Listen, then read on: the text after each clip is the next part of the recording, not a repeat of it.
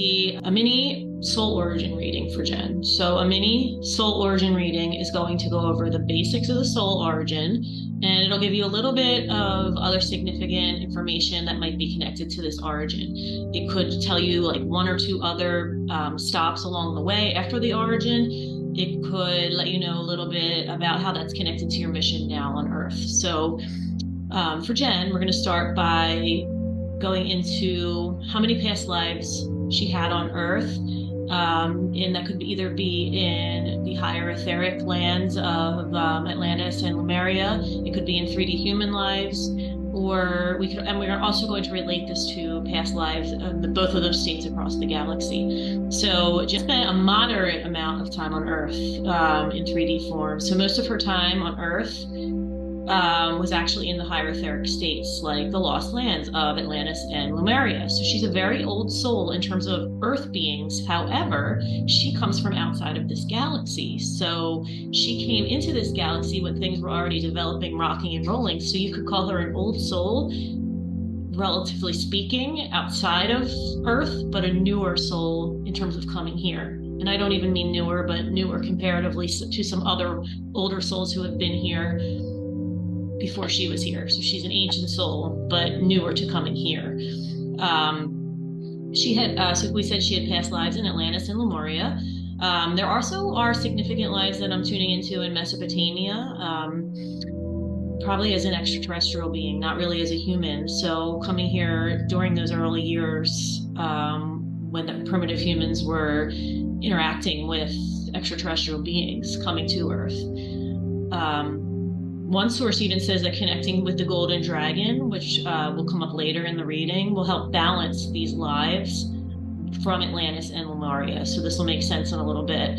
Okay, so we're going to go into her first fragmentation from source. You have source, the oneness, and then a fragment decides to separate and learn what it's like to not know itself as one. So her very first fragmentation was in another galaxy, and I was tuning into this. It came up through my own intuition, and then I confirmed it with Lilith in her 11th house in her astrological chart. So I'm getting that she actually in this other galaxy carried the energy of the ancient dragons. And I don't mean that this is like was a dragon flying through the sky, breathing fire. I mean, maybe it was, who knows, but it's more of a type of energy that we could resonate with in terms of the feel of who she was. So a very powerful energy that was in charge of creating, destroying. They have other roles protecting, which we'll find out more about. So she was in the higher etheric states. She was androgynous and service to others. There are other indications in her chart that indicate that she has this connection, like her ascendant is squaring Thuban and a few other places in the Draco constellation. And I'm getting that she was even like as high as the 22nd dimension at this first fragmentation. And when she stepped down, it wasn't into 3D. So when the descent happened, she actually went to 2D, the second dimension. So if we start with 1D, we're at our most basic rocks, crystals, could be plant life. Some people say plant life is more 2D, animal life, 2D. So she stepped down into 2D. And don't mistake this for being less evolved. Some people actually think that 1D and 2D are more evolved than 3D. We're all equal, but it just depends on the perspective you're taking. As you step into 3D, you have this human consciousness in mind that questions everything you're doing, and it's a little bit different than just existing in these other states. So she steps down first into 2D into the animal realm, still in this other galaxy, and I was getting an aquatic feeling. When I did a shamanic journey and I was tapping into her soul records, I saw tentacles. So that was indication of some kind of sea life. In this place, animals were held in high regard. They were not secondary to humans like they are here. There is powerful work that she could be doing here on Earth around animals, connecting to the animal kingdom, and even doing animal healing sessions. So where did she enter our galaxy? Her Lilith is conjunct the Shapley Attractor and the Boots constellation. So Pluto is conjunct the supergalactic center as well. These places are known to hold interdimensional portals. So the galactic points, like the Shapley Attractor and the supergalactic center, and Arcturus in the Boots constellation, these are said to be interdimensional portals. Beings who come here, they are coming from other realms, other places, really, really high, old, ancient souls. So this is where she came in, and she's very old in this other galaxy where she's coming from. But she, again, is newer to this galaxy in terms of when she came in and how long things had already been progressing here. So she came here as trying to want to experience what it was like to be a 3D human in existence here. So she also came with the energy of protector. She was connected, when I tuned into her chart, to the golden dragons of Orion, which we'll bring up later. But one of their functions is to protect developing worlds from negative influences. She's actually here to protect Earth and newer realms when they're still not as highly evolved and can be suspect to darker influences. So Uranus is in the 10th house of Libra, opposite of Tau Ceti, in the Cetus constellation in the 4th house of Aries. So Uranus can often represent sudden changes, loss, a catastrophic event. It can also be the start of a soul mission. It is also the sign of the rebel or the awakener, and someone who is devoted to their purpose. So for her, there's a devotion to her purpose and her mission and bringing Earth and our galaxy back into balance.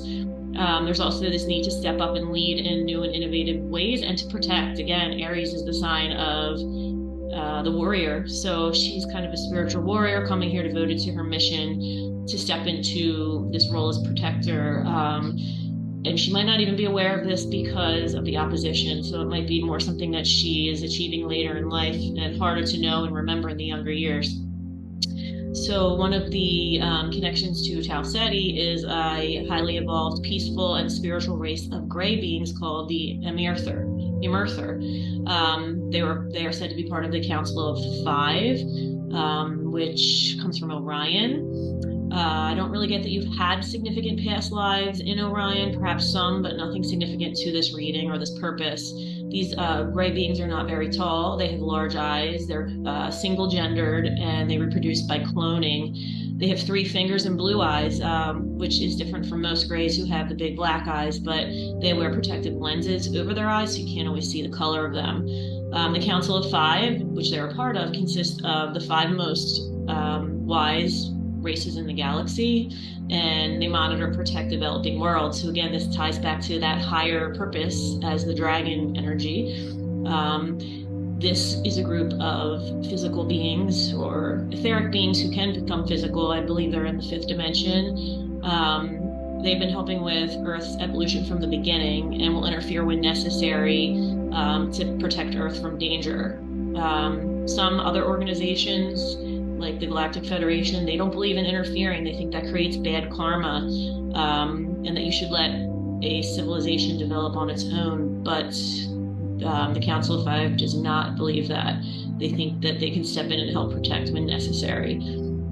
So this is a protector role, again, helping developing worlds who are less evolved, who can't really see what else is out there. We're stuck here under the veil of forgetfulness. We're blinded to what the rest of the other realms are like. So she is a being who is here with heightened senses to be able to tap into these realms and help others learn to protect themselves. And her energy is also very high vibrational. So one of her missions is to be an anchor of these high vibrational frequencies and help spread it to others, but also to be the protector against darker energies. Tau Ceti is also connected to the Pleiades. So the Tau Cetians are said to work with the Pleiadians and other groups that are looking out for the well-being of developing worlds like Earth. Jenn, Saturn is conjunct Pleiades, and Saturn, as we know, is the lord of karma. So perhaps I know you did have lifetimes in the Pleiades where there is a good chance that you did create some karma from helping. So in this life, it is important to remember the difference between helping gently, or helping gently versus helping too much or going overboard in trying to force your help on others. Okay, so I believe that is it. That was a mini Galactic Origins reading. You can find more information out about this on my website at www.dlkevolve.com.